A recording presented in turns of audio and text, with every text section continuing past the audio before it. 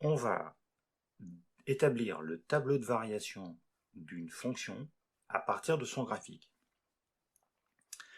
Alors, le tableau de variation, c'est établir les portions sur lesquelles la fonction est croissante, c'est-à-dire sur la portion sur laquelle les ordonnées augmentent, et la partie sur laquelle la fonction est décroissante, hein, les ordonnées décroissent.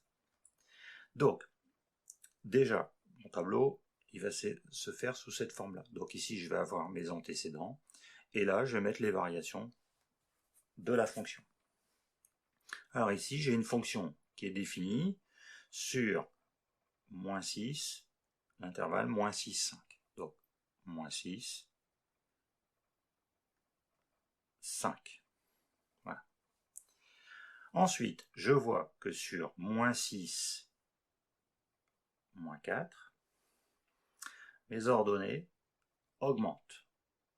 Si je suis les abscisses dans l'ordre croissant, mes ordonnées augmentent. Donc, sur moins 6, moins 4, ma fonction est dite croissante. Les ordonnées augmentent. Donc, je trace comme ça, voilà, les ordonnées augmentent. Je ne suis pas là pour tracer cette flèche avec une certaine inclinaison en fonction du graphique, je précise juste que la fonction est croissante.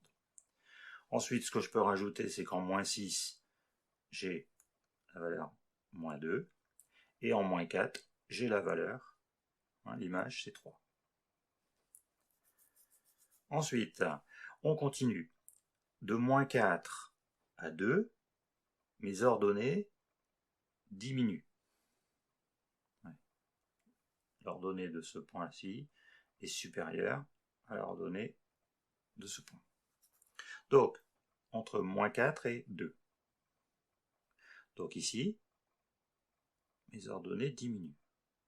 La fonction est décroissante. Et en 2, j'ai la valeur moins 4.